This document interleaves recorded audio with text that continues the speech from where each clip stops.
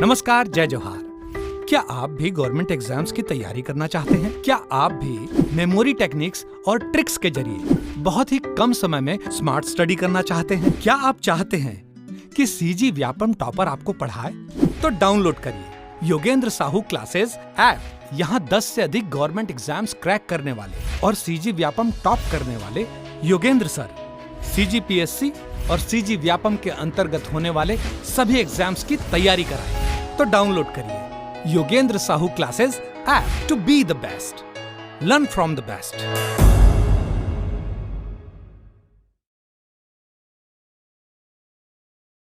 कोई भी सपना साकार करने के लिए सबसे जरूरी है सही कोच का होना। चुनिए Yogendra Sahu classes first rank को और करे अपने सीजी व्यापम CGPSC का सपना साकार। Download the app now. नमस्कार दोस्तों, स्वागत है आपका योगेंद्र साहू ऑनलाइन क्लासेस में।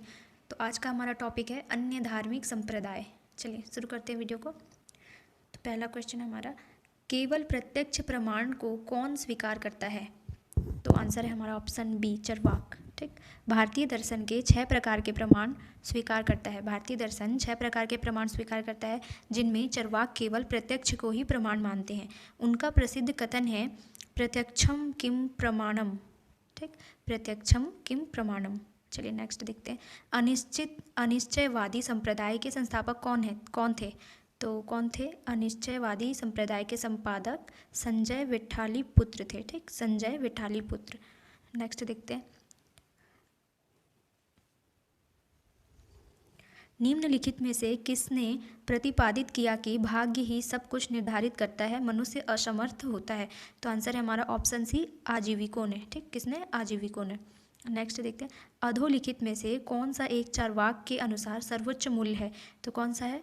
काम। ठीक, आंसर है हमारा सी, काम। चार्वाक एकमात्र भारतीय भौतिकवादी दार्शनिक हैं जो काम को जीवन का सर्वोच्च आदर्श व अर्थ को उसकी प्राप्ति का साधन मानते हैं। नेक्स्ट देखते हैं। नैनार कौन थे? तो नैनार कौन थे? शैव। आंसर है हमारा शैव।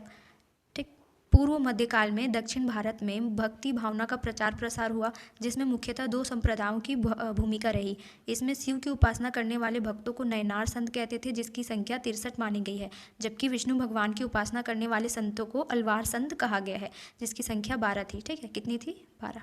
चलिए आगे बढ़ते हैं। पाशुपत संप्रदाय के संस्थापक कौन थे? तो पाशुपत संप्रदाय के संस्थापक थे लकुलिस। ठीक, शैव संप्रदाय की संख्या 4 है। शैव संप्रदाय की संख्या कितनी है? 4 है। ठीक है, पहला पाशुपत, ठीक है, जिसके संस्थापक हैं लकुलिस।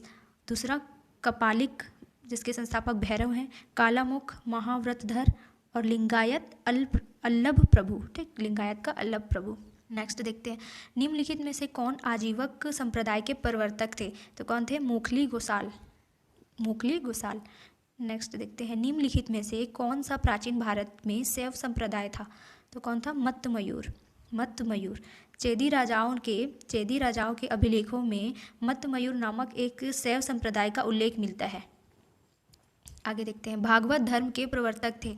कौन थे? कृष्ण।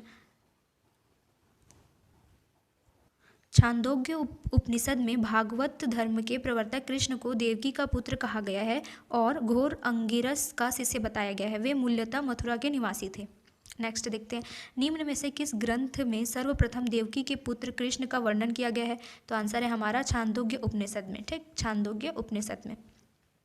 वासुदेव कृष्ण की पूजा सर्वप्रथम किसने प्रारंभ की थी? तो किसने की थी? भागवतों ने। ठीक, भागवतों ने।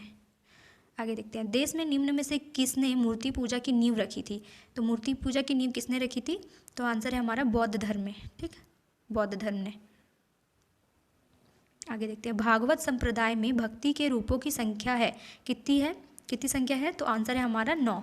भागवत संप्रदाय में मोक्ष प्राप्ति के लिए नवधा भक्ति को मान्यता दी गई है। लिंगायत आंदोलन की स्थापना किसने की थी? तो आंसर है हमारा बासवन्ना। ठीक, बासवन्ना ने की थी। लिंगायत आंदोलन की स्थापना बासवन्ना ने की थी। इन्हें महात्मा बसवेश्वर के रूप में भी माना जाता है। इन्होंने वेदों और वर्ण व्यवस्था को अस्वीकार किया था। यह आंदोलन 12वीं शताब्दी में दक्षिण भारत में स्थापित हुआ था। नेक्स्ट देख लेते हैं, भारत में आस्तिक और नास्तिक संप्रदायों में कौन विभेदक लक्षण है? तो आंसर है हमारा ऑप्शन सी, वेदों की प्रामाणिकता में आस्था। नेक्स्ट, निम्नलिखित में से कौन मोक्ष के साधन के रूप में जन्म, कर्म और भक्ति को समान महत्व देता है? तो आंसर है हमारा ऑप्शन सी, भगवद गीता। ठीक है, भगवद गीता। चलिए नेक्स्ट देख लेते हैं, प्राचीन भारतीय समाज में प्रसंग में निम्नलिखित शब्दों में से कौन सा शब्द शेष 3 वर्गों का नहीं है? तो आंसर है हमारा ऑप्शन सी, कोश। ठीक है, कुल, वंश और गोत्र ये एक वर्ग का है, और लेकिन कोश अलग है। ठीक, कुल, वंश तथा गोत्र परिवार से संबंधित है, जबकि कोश परिवार से संबंधित ना होकर भंडार से संबंधित है। ठीक है, किससे संबंधित है? भंडार से। चलिए नेक्स्ट देख लेते हैं, बराबर की गुफाओं का उपयोग किसने आश्रय गृह के रूप में किया है? तो आंसर है हमारा ऑप्शन ए, आजीविकों ने। बराबर की गुफाओं का उपयोग किसने आश्रय गृह के रूप में किया? तो आंसर है हमारा आजीविकों ने। आजीवक संप्रदाय के संस्थापक थे, कौन थे? तो आंसर हमारा मोखली पुत्र थे। आजीवक संप्रदाय के संस्थापक मोखली पुत्र गोशाल थे। आजीवक संप्रदाय के संस्थापक मोखली पुत्र गोशाल थे। इस संप्रदाय के मुख्य अनुयायी मौर्य वंश के शासक बिंदुसार थे।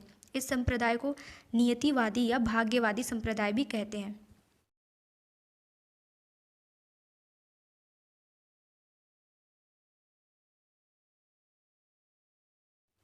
नेक्स्ट देखते हैं, जब तक जीवित रहो सुख से जीवित रहो।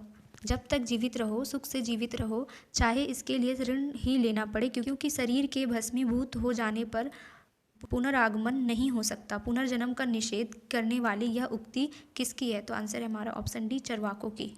ठीक, चरवाकों की।